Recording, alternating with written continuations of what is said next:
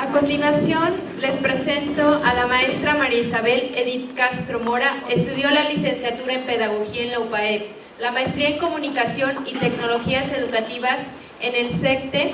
Cuenta con 20 años de experiencia como docente de nivel universitario. De su formación y experiencia profesional citamos: de 2012 a 2013, evaluadora de ANUIES para certificación en competencias docentes para la enseñanza media superior.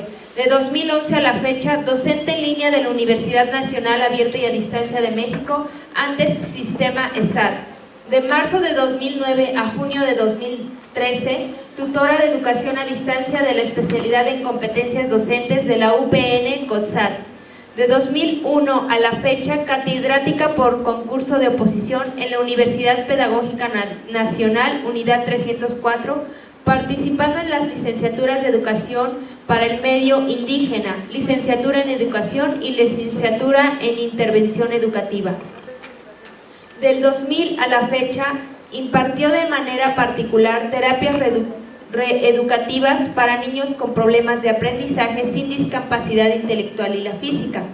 De 1994 a la fecha, es catedrática de la UGM Orizaba en las licenciaturas de Pedagogía, Psicología y Ciencias de la Comunicación.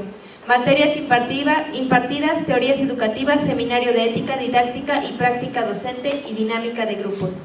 En el año 2011 obtuvo el certificado en estrategias avanzadas de docencia en línea en entornos de enseñanza-aprendizaje por la Universidad Oberta de Cataluña. Al día de hoy se presenta para compartir sobre el proyecto de acción docente, Estrategia para Aprender a Aprender, como una propuesta para incentivar la permanencia del alumno a distancia en aulas virtuales.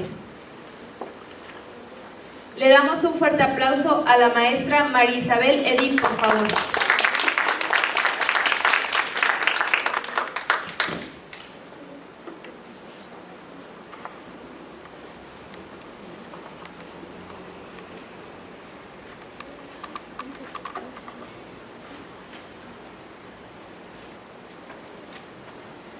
Buenas tardes. Hola, buenas tardes. ¿Sí me escucho? Ahorita les subo. Ya lo pusimos a correr.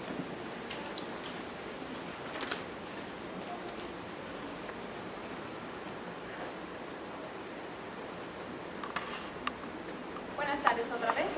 ¿Sí? Me da mucho gusto estar aquí. Vamos a hacer una presentación objetiva del trabajo que se entregó, como varios de ustedes, por lo que he tenido oportunidad de escuchar, en el diplomado que cursamos recién. Les voy a presentar la naturaleza del problema, más bien vamos a charlar un poquito sobre eso. Yo considero que tanto en línea como en la docencia presencial, todos enfrentamos problemas, diversas problemáticas. Ahora bien, cuando yo empiezo a ver que empieza a iniciar el cuatrimestre y todos entusiasmados y de repente el ciclo comunicativo se rompe, empiezo a ver que ya no hay respuesta y la deserción y la participación hacen su acto triunfal, y entonces yo me quedo cuestionada ¿por qué?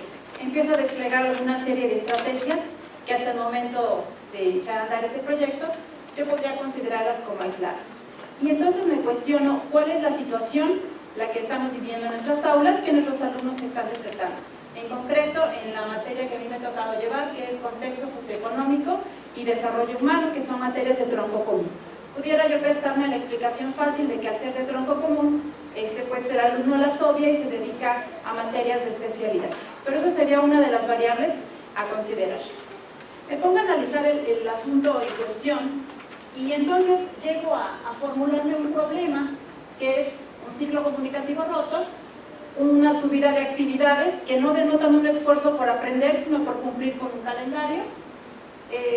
Y empiezo a notar la constante, que es que no todos tienen esta capacidad, competencia llamada actualmente del aprender a aprender. Y entonces me dedico a enfocar mis esfuerzos como investigadora para ver qué está pasando y si esto es real. Ahora me propuse intervenir y lo que decidí fue hacer un proyecto de investigación-acción docente. ¿Por qué investigación-acción docente? Porque es un proyecto que surge de la práctica para la práctica. No es una investigación documental, aunque sí refiere un marco teórico, pero la investigación-acción docente parte de un problema empírico que el docente tiene y además él se reconoce como actor de ese problema, es decir, también tiene una incompetencia que está afectando el proceso Y bueno, en ese entonces decidí hacer este proyecto de acción docente. Como les comenté, parte de la práctica va a la práctica y creo que no solo va a incidir en el alumno y en su estancia en las aulas de mejor manera, sino también en mí como docente. Busquemos áreas de oportunidad donde yo pueda desarrollarme y ofrecerle un servicio educativo en línea de mayor calidad. ¿Qué es lo que intenté hacer? Bueno, me propuse como objetivos 1, subir a la plataforma o proponer que se creara el curso y se subiera a la plataforma de manera que fuera paralelo a las materias, inclusive pudiera ser propedéutico, pero al ser la competencia aprender a aprender, yo lo vería como un curso transversal porque tocaría todas las materias. Aquí lo que me propongo es fortalecer el trabajo colaborativo. Inclusive los alumnos me han demandado el por qué las actividades siempre son en individual. Nosotros, en la formación que yo he tenido en línea y en los cursos, generalmente trabajamos también lo que serían las duplas colaborativas, los equipos colaborativos, la evaluación, la autoevaluación y la coevaluación. Todo esto forma parte de un modelo educativo basado en competencias. Sin embargo, en las actividades que yo he tenido predomina el individualismo. Entonces, ese punto ya lo han tocado mis compañeros y solamente quiero denotar qué importante es cuando en la soledad del mundo virtual uno no tiene un compañero con el cual trabajar. Entonces, tampoco puedo implementar la actividad per se porque no está dentro de la planeación didáctica que a mí se me encomienda ejecutar durante un cuatrimestre. Y por supuesto, fortalecer a través de esto mi acción profesional como docente en línea. ¿Qué es lo que realicé con este proyecto de acción docente? Dije, bueno, voy a hacer un diseño curricular. Un diseño curricular, es decir, aterrizado como diseño didáctico, como un curso que resuelva o que dote al alumno de estrategias para aprender a aprender. Y que pudiera ser, insisto, de manera paralela al transcurso de un cuatrimestre, operar el curso y que el alumno a la vez estuviera tomando sus materias. Eso fue lo que yo me planteé. Ahora, ¿cuáles serían los sustentos? Porque decíamos que a pesar de ser un proyecto de investigación-acción que se basa en lo empírico, necesitamos un referente desde el cual proyectar el hacer. Y el enfoque que yo encuentro de manera más contundente sería el enfoque constructivista. Digamos que, sin entrar en el tema de cuáles han sido los paradigmas a nivel evolutivo en la educación, sería un enfoque en el cual se pueden asemejar los procesos que se dan en línea en cuanto a la interacción entre el sujeto y el objeto, en cuanto a esa condición de activar mi propio proceso de conocimiento sin que otro me diga qué descubrir, qué mirar o cuál es el proceso a seguir. Esto no implica la clarificación de las instrucciones por parte del docente en línea, que yo creo que es un tema ya tocado, que nos pasa hasta nosotros, tal vez al voltear un examen, de repente leemos la instrucción y creemos que no sabemos la respuesta. Si la volvemos a leer, vemos que sí sabíamos y entonces a lo mejor nos falta que otro nos clarifique o una segunda lectura nos da una impresión más objetiva de lo que nos están pidiendo. También como fundamento de la teoría de la instrucción, pues tenemos este enfoque que considera en primer lugar al alumno, y eso pues sí sería un paradigma contemporáneo de la educación. Sabemos que en la educación tradicional el enfoque estaba sobre la materia, o sea, sobre lo que se enseña y no sobre quién aprende. Y en este intento, bueno, ha habido varias contradicciones interesantes, en una donde de plano se descentraba el maestro ya fuera de la escena para privilegiar el lugar del alumno, tampoco funcionó, y ahora estamos hablando de un acompañamiento entre ambos, poniendo en común los saberes de los dos. Entonces, aquí no se trata de privilegiar al que sabe y al que no sabe, sino la puesta en común de los saberes para ver hacia dónde vamos. Derivado de esto, bueno, mi diseño curricular, por afinidad, o sea, del proyecto de investigación-acción docente por afinidad filosófica, epistemológica y psicológica, no pudiera ser otro que un diseño modular. ¿Por qué? Porque el diseño modular supera, o lo intenta, el diseño fragmentado de las materias. El diseño modular parte o concibe un problema que se le presenta al alumno y que la resolución de ese problema, que se basa en la vida real, va a ser como el centro a través del cual alrededor giran sus actividades en un cuatrimestre. Entonces sí es un diseño interesante porque se aplica desde hace ya muchos años, en 1974, la UAM de Xochimilco, que siempre ha sido muy vanguardista en diseños curriculares, lanza esta propuesta. Estamos hablando de Margarita Panza, por ejemplo, algunos de los autores representativos, Frida Díaz Barriga, etcétera, que plantean esta posibilidad. Entonces yo no podría pensar en un problema que se resuelve con una investigación y acción docente, con una estructura lineal tradicional del diseño curricular como de asignatura. ¿Sí me explico? Entonces, por esta razón, dije, bueno, creo que un diseño modular sería lo adecuado. No es el motivo de la plática presentar el diseño como quedó. Les voy a dar algunas luces, y si alguien tuviera interés o bueno, pues sí, interés en seguirlo, con todo gusto por el correo le podría yo pasar lo que estuve trabajando, a ver si es que les interesa, porque lo que yo observo como docentes es que no solo en la virtualidad, también en la presencialidad podemos dejar de hacer trabajo colegiado, trabajo por academia, y puedo hacer productos interesantes, pero que si no los pongo en común nadie se entera. Y entonces, ¿dónde estamos construyendo redes de conocimiento? Decimos muy ufanos que estamos en la sociedad de la información. Bueno, ahora transitemos en la sociedad del conocimiento.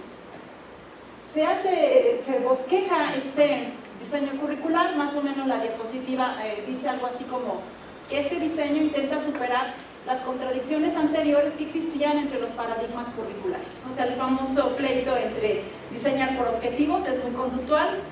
Bueno, pero también el componente de la competencia tiene un componente claramente conductual. ¿Cómo lo superan cómo logran esta síntesis entre estas dos ideas opuestas, los teóricos? Bueno, ellos dicen que en realidad el componente del objetivo, el componente conductual de un objetivo siempre va a estar presente, pero no es el objetivo en sí, sino es el orientador de la práctica. O sea, es para dónde vamos y no solamente que el alumno demuestre si puede brincar en un pie o en un solo pie, sino por qué lo puede hacer, para qué lo puede hacer y cómo lo puede hacer. Y tracé 5 líneas de acción que no están en este protocolo. El primero es el diseño curricular por competencias.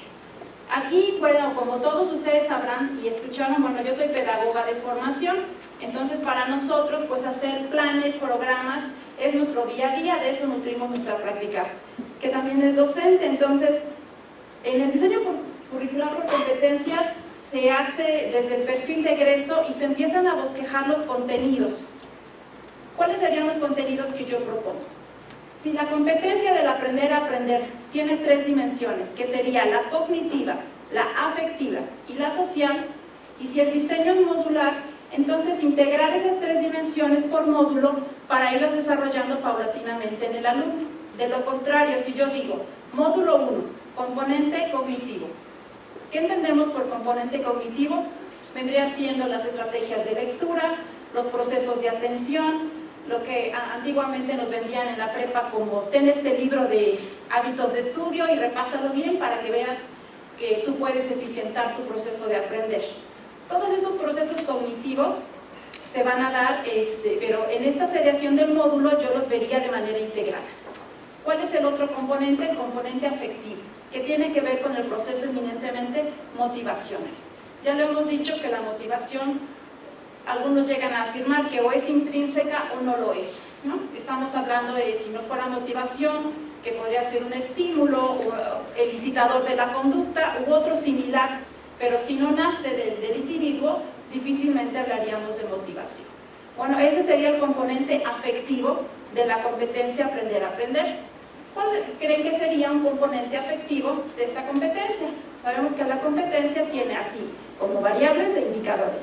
¿Cuál sería un componente afectivo, de índole afectivo, en relación, por ejemplo, a la motivación? ¿Qué se les ocurre? ¿Querer sería un componente? Yo quiero aprender, ¿sí? Sería un componente, por ejemplo, de esta competencia. ¿Qué puede pasar? Y yo los he escuchado con suma atención y veo que compartimos experiencias, que el alumno se siente incompetente para. Y eso no solo es una incompetencia cognitiva, es decir, no le entiendo, sino el reflejo emocional, el impacto emocional también merma su capacidad de aprender. Y ya no nos vamos a los ejemplos tradicionales también, donde hemos visto que el niño golpeado, maltratado, al adulto o al adolescente, minusvalorado en su concepto, aprende de otra manera, una manera más lenta. Algunas ocasiones que llegan los papás a algún tipo de consultoría, generalmente dicen, es que el niño no aprende, el niño no entiende, y empieza una retahíla de quejas sobre lo que el niño no hace. Y si se porta mal, maestra, pégale. Bueno, este es el componente afectivo que puede funcionar como un tapón para que fluyan las ideas. Entonces, el componente primero fue el cognitivo, de mi competencia aprender a aprender. El segundo componente es el afectivo, que tendría que estar en consonancia, y el tercer componente es el componente social. Es decir, el aprendizaje no solo es académico, el aprendizaje en este sentido es de la experiencia, de la vivencia que yo tenga en relación de otro. Ballon, el padre de la psicogenética, decía y hablaba del socius, que nacemos seres humanos, pero necesitamos de otro que nos llame a esa humanidad. Y si no, en contraparte tenemos el caso de los niños llamados lobo, que por alguna circunstancia nacieron aislados, o bien estos niños que están abandonados en un sótano, o cualquier circunstancia trágica, que al crecer y evolucionar siguen siendo seres humanos que no están humanizados. ¿Qué es lo que nos hace nos humaniza? El trato con los demás. Entonces, mi propuesta, mi invitación es que en este curso del aprender a aprender logremos conjugar a través de un diseño modular por competencias estos tres factores: el cognitivo, el emocional y el social. Creo que si logramos sistematizar en módulos esta propuesta, estaremos trabajando en beneficio del alumno y esta transversalidad se hará una realidad. Sabemos que los conceptos de transversalidad están presentes en las reformas, ¿no?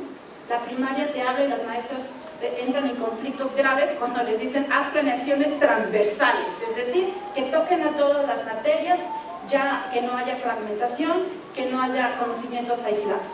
Entonces, resignifiquemos el concepto de aprender a aprender, que evidentemente no es nuevo. Todos los que estamos aquí y los que no estamos aquí, de alguna manera hemos aprendido, como bien decían, aprendemos todos los días y a cada momento, solo que ahora yo propongo que lo sistematicemos. Hagamos el curso, lo subimos a plataforma y probemos qué impacto tiene en nuestros alumnos, si realmente se traduce en una mejora en su desempeño como estudiantes. A grandes rasgos, estas serían mis líneas de acción que contemplé desde lo que es el diseño original del curso hasta subir al curso a la plataforma, anidar los contenidos, a la apertura de los foros, etcétera, y la solicitación del curso, inscripción de los alumnos, que no me corresponde a mí, pero que es una línea de acción que si no se pone, pues dejaría el proyecto incompleto. Este es mi proyecto, esta es mi propuesta, y bueno, pues la presento ante ustedes. Insisto, si alguien está interesado, con todo gusto podemos dialogar vía presencial o cualquiera de las vías. Hagamos una comunidad virtual e intercambiemos saberes para ver cómo apoyamos a nuestros alumnos para que se desarrollen en el aprender a aprender. Por su atención, muchas gracias.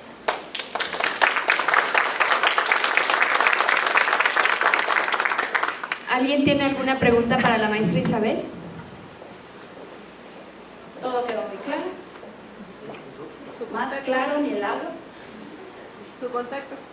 ¿Dónde lo vamos a ver? ¿Su contacto? Claro que sí. No sé si vengan las diapositivas, igual al principio, déjenme lo checo, si no, le hacemos a la clase dictadora. No. Claro que sí. Mi contacto es FA 1001714. FA 1001714 @unammexico.mx. Gracias. Gracias a usted por interesarse. Gracias. ¿Cuál es su nombre, perdón? Castro Mora, María Isabel Edith. Si lo dejamos en lista, te lo voy a agradecer. Castro Mora, María Isabel Edith. Mande, maestra. Pues yo felicitarte, ¿verdad? Gracias. Por lo Qué linda. que estás comentando. Realmente, como tú dices, si le hablas es modular, ¿verdad? Algo así. Sí, modular. diseño curricular por módulos. Recordemos que cuando hablamos de modular nos acordamos así como que lo parejamos con un radio, ¿no? Ah, ok. Subimos, bajamos el sonido, algo, para ver cómo estaban entendiendo nuestros alumnos. En este caso, como tú dices, lo emocional, pues realmente nos abraza, ¿verdad? Y nos llenamos de empatía cuando ya lo hacemos a nivel universidad. Claro. ¿Por qué? Porque tenemos un conocimiento un poquito más elevado que cuando estábamos en la prepa o en la secundaria. Ok, Felicidades. Pues, gracias, qué linda la analogía, no la había pensado así. Ajá, y ya para confirmar, sí, el diseño modular plantea un problema que no es el prototípico, pero es un símil del aprendizaje basado en problemas, aunque no lo es, que el alumno tendrá que resolver. Entonces es interdisciplinario, va tocando cómo lo aplicarías en el conjunto de materias que estás cursando a nivel horizontal en ese semestre. Entonces creo que resuelve bastante la rigidez de las asignaturas cuando estamos trabajando por áreas o por líneas de formación sin hacer ese tocamiento transversal entre los contenidos. Así es. Gracias por tu comentario. Muchísimas gracias a todos. Yo tengo ¿cómo hacerle? Porque, bueno, en el sistema modular se juntan varias materias para un solo proyecto, ¿no? ¿Cómo hacerle en la UNAM? Yo creo que ahí tendríamos que revisar si la estructura curricular nos permite, como estábamos comentando ahorita un poco, tocar de alguna manera los aspectos de las materias, pero no hablando en el componente conocimiento, sino que esta competencia del aprender a hacer apuntalara a lo mejor procesos actitudinales o procedimentales. Me refiero en caso concreto a lo que sería la lectura de comprensión y el producto que tú entregas como una lectura de comprensión, y actitudinal cuando no te das por vencido ante el primer obstáculo que se te presenta en una plataforma. Entonces, más que integrarlo a un contenido de la materia, yo lo vería a un componente de la competencia, checar los componentes de las competencias por asignatura y en ese sentido ver cómo los podemos tocar a través de estas tres cualidades que serían la afectiva, la cognitiva y la social. Bueno, esas son las ventajas que le ves al sistema modular. Hasta donde yo recuerdo, en la UAM Xochimilco se tiene trabajando desde hace 15, 20 años, si no me acuerdo.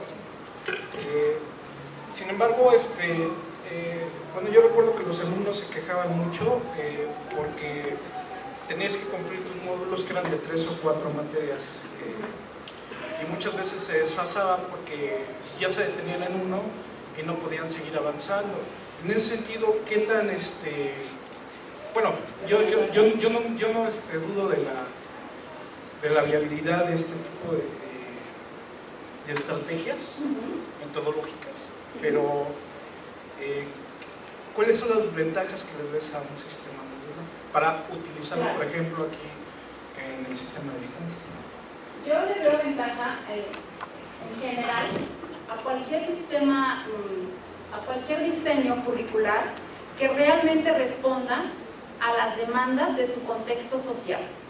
Porque recordemos que el currículum emana de una fuente social, psicológica, filosófica. Entonces, en cuanto responde a esta sociedad, creo que es viable. Ahora, el diseño modular creo que es congruente, decía yo hace unos momentos, con el proyecto de investigación-acción docente, en cuanto que te permite incidir en un problema que tú estás viendo, que te está afectando, pero a la vez te permite reconocer yo lo llamo así como tal cual, mi incompetencia docente para resolver algunos problemas.